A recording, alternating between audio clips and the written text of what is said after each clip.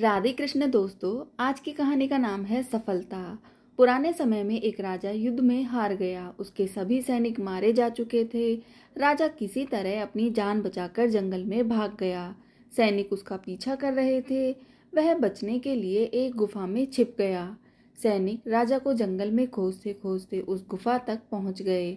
गुफा के अंदर राजा को ढूंढा, लेकिन सैनिक उसे ढूंढ नहीं सके। बाहर आकर सैनिकों ने बड़े बड़े पत्थरों से गुफा बंद कर दी।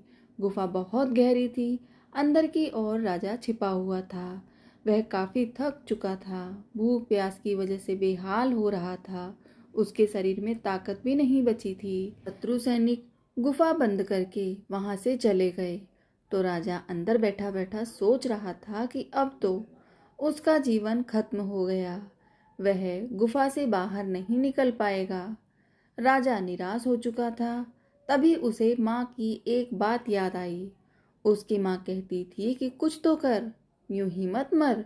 ये बात याद आते ही राजा में फिर से ऊर्जा आ गई। उसने सोचा कि कोशिश किए बिना हार नहीं मानना चाहिए।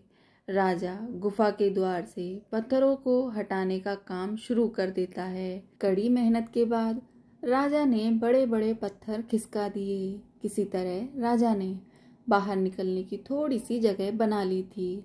राजा गुफा से बाहर निकला और अपने मित्र राजा के पास पहुंच गया। मित्र राजाओं की मदद से उसने शत्रुओं को पराजित कर दिया और अपना राज्य वापस प्राप्त कर लिया।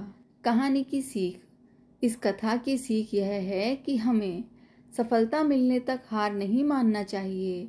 जिस पल हम हार मान लेते हैं उसी समय असफल हो जाते हैं। तो दोस्तों, आपने आज की कहानी से क्या सीखा कमेंट में ज़रूर बताएं और मिलते हैं किसी दूसरी कहानी में। तब तक के लिए राधे कृष्ण दोस्तों।